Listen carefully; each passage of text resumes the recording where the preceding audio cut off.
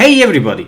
I'm about to show you how to replace the Valvetronic motor and its gasket on any BMW N52 engine. The principle and the steps are the very same, you just may have it in a different chassis. So first and foremost, remove the negative cable from your battery. Now I'm going to do the job on a BMW Z4. If you will be working on a different chassis, make sure you remove all the necessities before you start. I mean the beauty cover, the cowl and any other parts or plastic that may be in the way.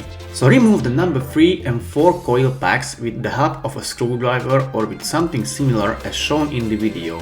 Grab a size 8 E-torx socket and an extension and your 1/4 inch ratchet and remove the bolt sitting below the Valvetronic motor. You will have to use the 1/4 inch ratchet and the socket for it because you won't be able to fit anything else in there. Pull off the connector of the Valvetronic motor. You will see a hole for a size 4 Allen key or a bit at the end of the Valvetronic motor. Put one inside it and start turning it clockwise till you start to feel a resistance, then stop. Use a size 8 E-torx socket again and remove the 2 upper bolts holding the Valvetronic motor in its place.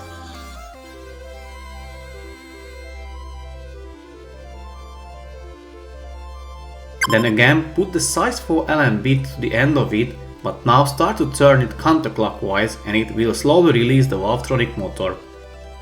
Lastly, let's remove the gasket. You will need a T35 torx bit in order to do so. There are 2 bolts as you can see.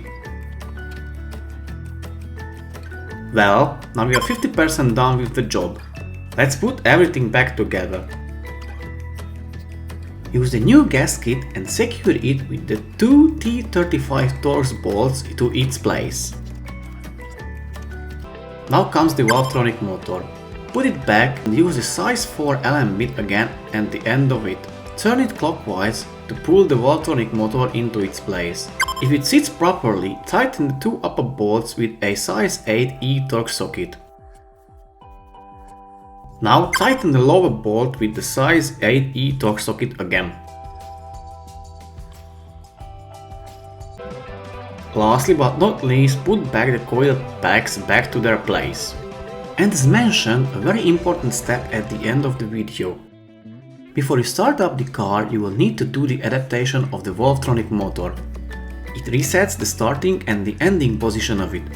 Some people may say that you can do it without a diagnostic tool. All you have to do is to cycle the ignition 2-3 times. You will have to hear the Valvetronic motor moving. However, I did it with my Autel MK908 diagnostic tool. If you need any help with that, I can guide you through it, just let me know in the comments. Hope I could help with this video and you can take the job yourself without paying someone a huge amount of money. Thank you, see you in the next one.